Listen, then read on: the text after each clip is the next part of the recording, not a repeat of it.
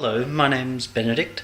I wanted to play one of my new pieces from the forthcoming album, Triumph and Tragedy, but I also wanted to show you a little bit about where I work, and where I work actually also happens to be where I live, my apartment. What you're looking at right now is the lounge room area. From a musician's perspective, what you'd be looking at is this is the place where I check my mixes. And so as you see, not exactly a high-end stereo. It's a very cheap Sony, or at least it was very cheap for me. I bought it for I think it was $40, an amp and the speakers including a sub. First time I ever owned a sub, and I use it for watching TV, and it's also great for helping me check my mixes.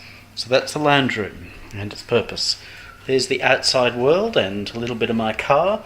Now here's where it all happens. Yes, there is a fridge and some stuff stuffed in the corner. You may have also noticed that the sound has quietened down quite a bit and I've come in. We'll cover the other ugly things. Yes, there are a couple of sadly underused push bikes in the corner. There is a garage door, which I do keep open a little bit so that I don't die of heat. The usual table with things sitting on it, that's Jane's printer, which works, well, actually no it doesn't. Let's just swing sideways here. Everybody likes to look at gear. That's a set of Yamo speakers, which is what I mix on. I've had them for 5 or 6 years. I really like them. They're an 8-inch bookshelf, quite a deep speaker as you see. So they deliver really quite nicely, broadly. Set of very cheap cans there, which really I only use for when I'm doing screencasts and the like. Now that we can focus just a little bit better, that's the actual sitting working environment. The other thing that you'll see here is my, just get out of the light slightly, that's a UE boom, that funny blue roll thing there. I'll use that as a second set of speakers for checking mixes. Particularly great for podcast work, which I've been doing a bit of lately, because that puts voices very much into, well, focus. And the reality is it represents what a lot of people might be listening to things on. What we see here is the piece of music which you are going to hear shortly if you hold out on this. It's called Leucosia, and what that is, Leucosia, for those of you who aren't deeply into Greek mythology, she was one of the Sirens. The Sirens being the female creatures who would call men to their deaths. This is the control center of things. Actually, no, the real control center of things is the one talking to you, my brain.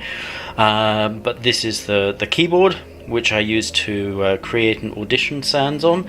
It has no sounds of its own.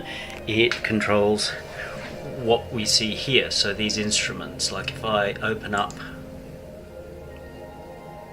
this instance of Europa here, then the keyboard is actually going to control that.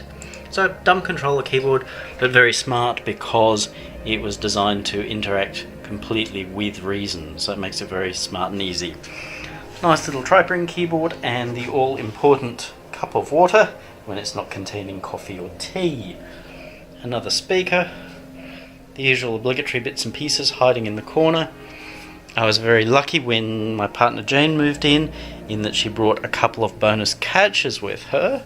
So when I get my chair out of the way, as you can see, it almost looks like a pro studio, complete with a Buddha dude who's sadly lacking in exposure because I'm looking at the outside world at the same time.